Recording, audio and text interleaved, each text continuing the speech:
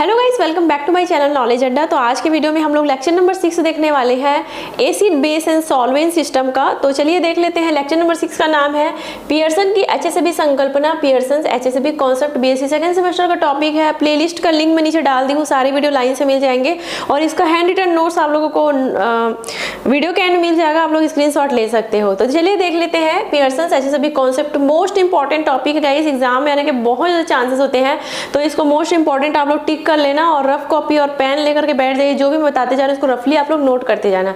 तो देखिए last time lecture number 5 में हम लोगों ने पियर्सन के द्वारा दिया गया hard acid, hard base, soft acid और सॉफ्ट बेस, मतलब कठोर अम्ल, मृदु अम्ल, ये सब के बारे में हम लोगों ने पढ़ा था। अगर वो लेक्चर आप नहीं देखे हो तो लेक्चर नंबर 5 जरूर देख लेना, जिसमें पियर्सन ने एसिड और बेस को अगेन दो भागों में क्लासीफाई कर दिया था, हार्ड एंड सॉफ्ट में, मतलब कठोर और मृदु में अगेन उन्होंने दो भागों में क्लासीफाई कर दिया था।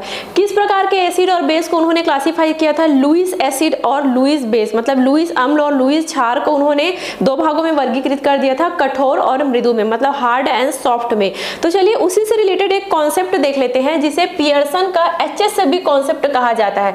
अब सवाल ये आता है कि पियर्सन ने ये एचएसएबी कॉन्सेप्ट कब दिया था? तो 1963 में पियर्सन ने ये एचएसएबी कॉन्सेप्ट अपना प्रस्तुत किया था। तो चलिए एक बात हम लोग देख लेते हैं कि एचएसएबी का फुल फॉर्म क्या होता है।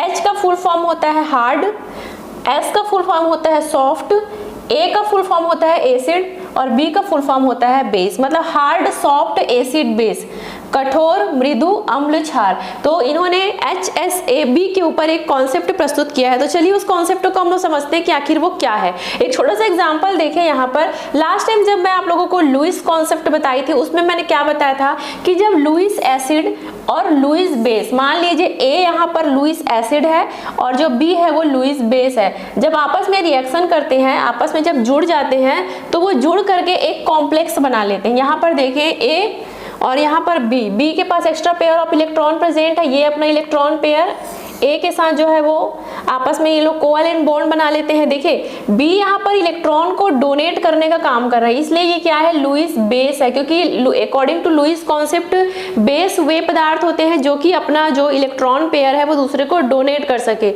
और जो एसिड होते हैं वो इलेक्ट्रॉन पेयर को क्या करते हैं, एक्सेप्ट करते हैं। तो यहाँ पर जो ए है वो लुईस एसिड है, जो बी है वो लुईस बेस है। अब ये दोनों इलेक्ट्रॉन की साझेदारी वगैरह से यहाँ पर कोवैलेंट बॉन्ड बना लेते हैं, है ना। कोऑर्डिनेटिंग कोवैलेंट बॉन्ड बनाने के बाद यहाँ पर एक क्या बन जाता है, कॉम्प्लेक्स बन जाता है। और इस कॉम्प्लेक्स को क्या कहा जाता है, या तो एडक्ट हम कह सकते हैं। देखिए एडक्ट एक नया टर्म आप लोग सुन रहे हो। एडक्ट किस लिए यूज होता है? लुईस एसिड और लुईस बेस जब आपस में रिएक्शन करके कोई नया प्रोडक्ट बनाते हैं तो उसे ही हम लोग एडक्ट कहते हैं। अगर ये वर्ड कठिन लग रहा है तो आप लोग इसे कॉम्प्लेक्स भी कह सकते हो, कॉम्प्लेक्स भी समझ नहीं आ रहा है तो इसे आप संकुल भी कह सकते हो, है ना। तो तीनों में से कोई भी आप एक चीज आप नोट कर सकते हो, या तो कॉम्प्लेक्स या तो एडक्ट या फिर संकुल। आगे मैं पूरा कॉम्प्लेक्स ही बोलूंगी तो आप लोग समझ जाना कि यहाँ पर जो भी नया प्रोडक्ट बना है उसकी बात हो रही है, ठीक है। तो ये तो हम लोग समझ गए, लुईस एसिड और लुईस बेस आपस में रिएक्शन करके आपस में जुड़ करके एक नया कॉम्प्लेक्स बना लेते हैं। लेकिन आखिर ये एचएसएबी कॉन्सेप्ट क्या होता है? तो देखिए पियर्सन ने ये बताया कि जब लुईस एसिड और लुईस बेस आपस में मिल करके कोई नया एडक्ट बनाते हैं तो वो ज्यादा स्थायी होगा कि वो अस्थायी होगा, मतलब स्टेबल होगा कि अनस्टेबल होगा, इसके बारे में उन्होंने कॉन्सेप्ट प्रस्तुत किया। उन्होंने ये बताया कि जब हम लुईस एसिड और लुईस बेस को आपस में मिलाते हैं तो हमारा बनने वाला जो भी एडक्ट है वो स्थायी होगा कि अस्थायी होगा।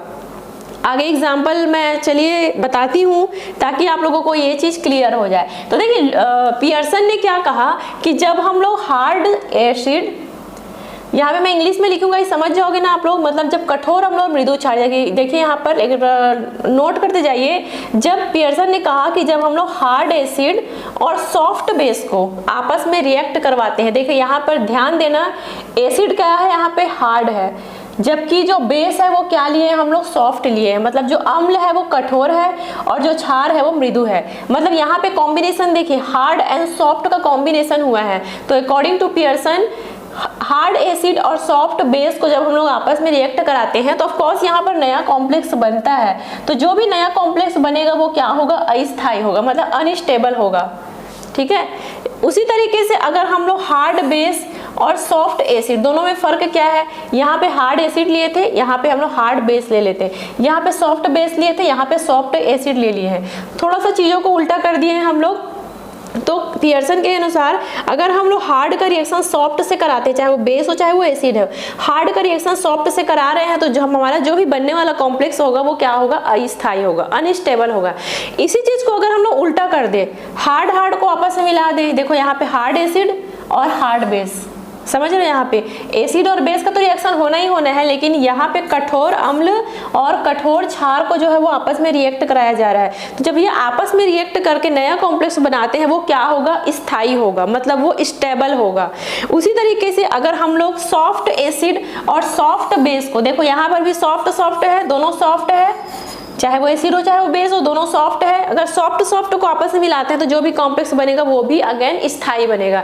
तो पियर्सन ने क्या कहा था कि अगर हम लोग ये कॉम्बिनेशन को उल्टा करते हैं, हार्ड और सॉफ्ट को आपस में कंबाइन करते हैं, तो जो भी कॉम्प्लेक्स बनेगा वो अस्थायी बनेगा, अनस्टेबल बनेगा। बनने वाला जो भी कॉम्प्लेक्स बनेगा वो उतना ज्यादा स्टेबल नहीं होगा। लेकिन इसी चीज को अगर हम लोग हार्ड को मिलाते हैं या फिर सॉफ्ट को मिलाते हैं, तो जो हमारा बनने वाला कॉम्प्लेक्स होगा वो अच्छे से स्टेबल होगा, वो बिल्कुल स्थायी होगा। बस इतना ही है HSAB कॉन्सेप्ट में। पियर्सन ने एसिड और बेस के कॉम्बिनेशन से जो भी कॉम्प्लेक्स वो फॉर्म हो रहा था, उसमें उन्होंने यही बताया कि वो स्थायी है कि वो अस्थायी है। मतलब ये मान के चलिए कि पियर्सन के कॉन्सेप्ट में हमको स्टेबिलिटी का पता चलता है, कितना स्टेबल है, कितना स्थायित्व, उसकी स्थायित्व क्या है, वो हमको स्टेबिलिटी का पता चलता है इनके कॉन्सेप्ट में। तो इतना आप लोग समझ गए, इसको अगर नोट कर लो और इस चीज़ों को थोड़ा सा देख लेना है ना, समझने की कोशिश करना। बस ध्यान रखना ये जो ऊपर का फर्स्ट और सेकंड वाला पॉइंट है वो ज़्यादा अस्थायी होगा, लेकिन जो नीचे का जो 2 वाला पॉइंट है वो स्थायी होगा। ठीक है गाइस, तो ये तो एग्जाम्पल था। चलिए और हम लोग एग्जाम्पल की थोड़ी सी समझने की कोशिश करते हैं। तो चलिए गाइस, काफ़ी कुछ चीज़ें हम लोग HSAB कॉन्सेप्ट के बारे में समझ गए। अब हम लोग क्या देखते हैं, इनके यूजेस के बारे में देख लेते हैं कि जो HSAB कॉन्सेप्ट है एक्चुअल में उसका क्या उपयोग है। तो सबसे पहला उपयोग है संकुल यौगिकों का स्थायित्व, स्टेबिलिटी ऑफ कॉम्प्लेक्स कंपाउंड। पहले ही मैं बता चुकी हूँ कि जो पियर्सन का HSAB कॉन्सेप्ट है उससे हमें किसी भी कॉम्प्लेक्स के स्टेबिलिटी का पता चलता है, स्थायित्व का पता चलता है कि वो स्थायी है कि वो अस्थायी है, मतलब वो स्टेबल है कि वो अनस्टेबल है। तो चलिए एक एग्जाम्पल देख लीजिए। यहाँ पे देखिए सिल्वर आयन हम लोग लिए हुए हैं Ag+, और यहाँ पर हम लोग आयोडीन आयन लिए हुए हैं 2I-। तो यहाँ पर जो सिल्वर आयन है वो सॉफ्ट एसिड है और ये हमारा क्या है, सॉफ्ट बेस है। मीन्स यहाँ पे हम लोग कॉम्बिनेशन कैसे रखे हैं, सॉफ्ट का कॉम्बिनेशन रखे हैं। एसिड और बेस है वो तो हमको पता ही है, बट यहाँ पर ये क्या है, सॉफ्ट है और ये भी सॉफ्ट है। तो HSAB के कॉन्सेप्ट के अकॉर्डिंग जो अगर सॉफ्ट चीज़ें यहाँ पर मिक्स होकर के कोई कॉम्प्लेक्स बना रही है, तो जो कॉम्प्लेक्स होगा वो क्या होगा, ज़्यादा स्टेबल होगा, ज़्यादा स्थायी होगा। तो यहाँ पर डाई आयोडो सिल्वर आयन जो बना हुआ है वो क्या है, बिल्कुल स्थायी कॉम्प्लेक्स है यहाँ पर, है ना। और यहाँ पर सिल्वर आयन और फ्लोराइड आयन की बात हो रही है, तो जो सिल्वर आयन है ऑफकोर्स अब ये क्या है, सॉफ्ट एसिड है। तो यहाँ पर जो फ्लोराइड आयन है वो क्या है, हार्ड बेस है। मीन्स यहाँ पे देखो सॉफ्ट और हार्ड का कॉम्बिनेशन हो रहा है। तो अगर मृदु और कठोर का कॉम्बिनेशन हो रहा है, तो अगेन हमारा जो भी कॉम्प्लेक्स बना हुआ है सिल्वर फ्लोराइड आयन जो भी बना हुआ है वो क्या होगा, अस्थायी होगा, मतलब उतना स्टेबल नहीं होगा। तो बस पियर्सन ने अपने HSAB कॉन्सेप्ट में यही बताया है कि सॉफ्ट हार्ड का अगर कॉम्बिनेशन है तो जो भी कॉम्प्लेक्स है वो बिल्कुल स्टेबल होगा, बिल्कुल स्थायी होगा, है ना, स्थायी होगा। लेकिन अगर हार्ड सॉफ्ट है, सॉफ्ट हार्ड का कॉम्बिनेशन हम दे रहे हैं, तो जो भी हमारा कॉम्प्लेक्स बनेगा वो अस्थायी होगा। ठीक है, तो 2 एग्जाम्पल दी हूँ, इसको आप लोग नोट कर लेना। चलिए तो पहला यूजेस हो गया, दूसरा यूजेस हम लोग देख लेते हैं, हार्ड सॉफ्ट स्पीसीज की रिएक्शन की व्याख्या। तो देखिए सेकंड नंबर में उन्होंने अपने कॉन्सेप्ट में यह बताया था, मतलब उनकी एक और उपयोगिता है कि यहाँ पर अगर हम लोग हार्ड सॉफ्ट स्पीसीज को आपस में मिक्स कर दे और उसका रिएक्शन कराए, तो बनने वाला जो भी प्रोडक्ट होगा वो हार्ड और सॉफ्ट बनेगा। चलिए इस एग्जांपल के थ्रू समझते हैं। यहाँ पे हमारा फर्स्ट प्रोडक्ट है, तो ये जो स्पीसीज है उसमें एक जो है वो हार्ड है और एक सॉफ्ट है। मतलब यहाँ पर आप बोल सकते हो कि लिथियम, यहाँ पर जस्ट एग्जाम्पल के लिए ये क्या है, हार्ड है और ये जो है वो सॉफ्ट है। यहाँ पे 2 एलिमेंट आप लोगों को शो हो रहा है, तो एक हार्ड है और एक सॉफ्ट है। अगर हम लोग इसका रिएक्शन सेम इसी तरीके से, एक स्पीसीज यहाँ पे सॉफ्ट है और एक जो है वो हार्ड है, क्लियर हो क्या कहना चाह रहे हैं।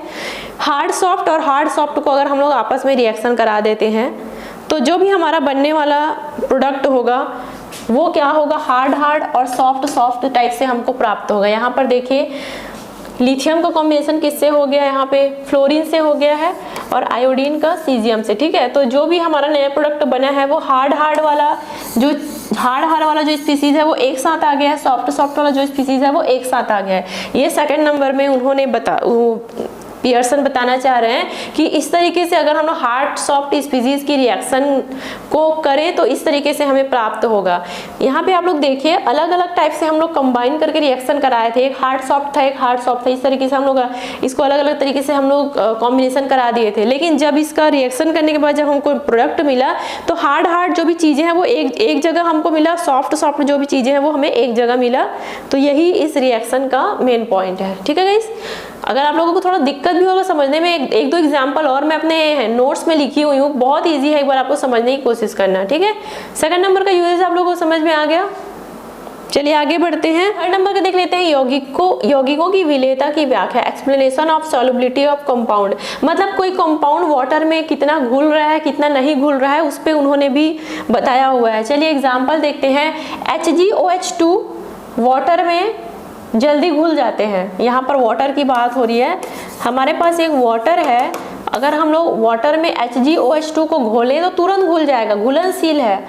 लेकिन जो HgS है, HgS जो कंपाउंड है उसको अगर हम लोग वाटर में घोलेंगे तो नहीं घुलेगा, वो क्या है, अघुलनशील है। बट ऐसा क्यों हुआ कि HgOH2 वाटर में जल्दी घुल गया? क्योंकि ये कम स्टेबल है। अगर हमारे पास कोई कंपाउंड है, अगर उसकी स्टेबिलिटी अच्छी नहीं है, उतना स्टेबल नहीं है, तो जल्दी पानी में घुल जाएगा। लेकिन अगर हमारे पास कोई ऐसा कंपाउंड है जो कि अच्छा खासा स्टेबल है, तो अगर हम उसको पानी में घोलेंगे तो भी वो क्या होगा, नहीं घुलेगा।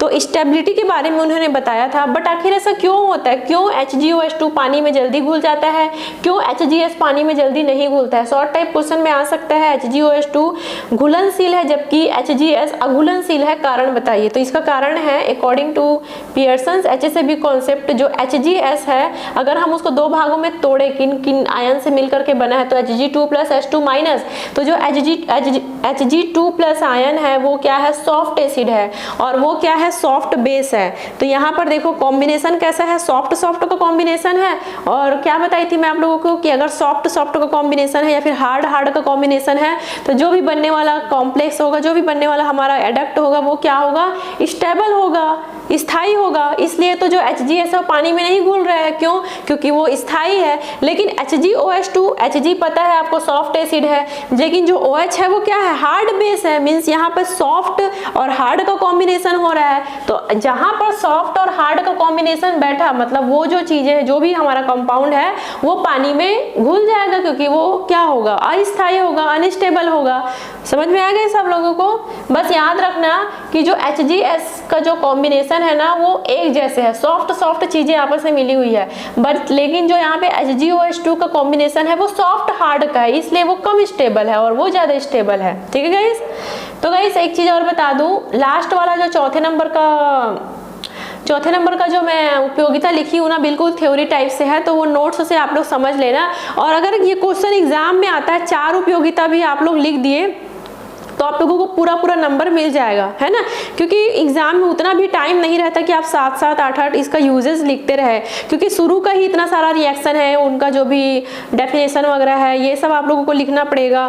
प्लस इसका इतना सारा एग्जाम्पल है, इसका उपयोग है, लास्ट में इसका लिमिटेशन है, तो काफ़ी लंबा चौड़ा इसका आंसर हो जाएगा। तो 4 यूजेस भी लिखोगे तो फुल मार्क्स आप लोगों को मिल जाएगा। तो एक काम कीजिए, आप हैंड रिटन नोट्स दे रही हूँ उसका स्क्रीनशॉट ले लीजिए और जितना बताई उतना भी लिख दोगे ना गाइस, पूरा नंबर आप लोगों को मिल जाएगा। मुश्किल से क्वेश्चन 3 नंबर का आता है HSAB कॉन्सेप्ट पियर्सन का, तो 3 नंबर आप लोगों को आराम से इस टॉपिक में मिल जाएगा। बस जैसे बताई हूँ, जो एग्जाम्पल दी हूँ वो आप लोग अच्छे से लिख देना एग्जाम में। एंड आई होप आज का वीडियो आप लोगों को पसंद आया होगा। नीचे कमेंट करके बताना आज का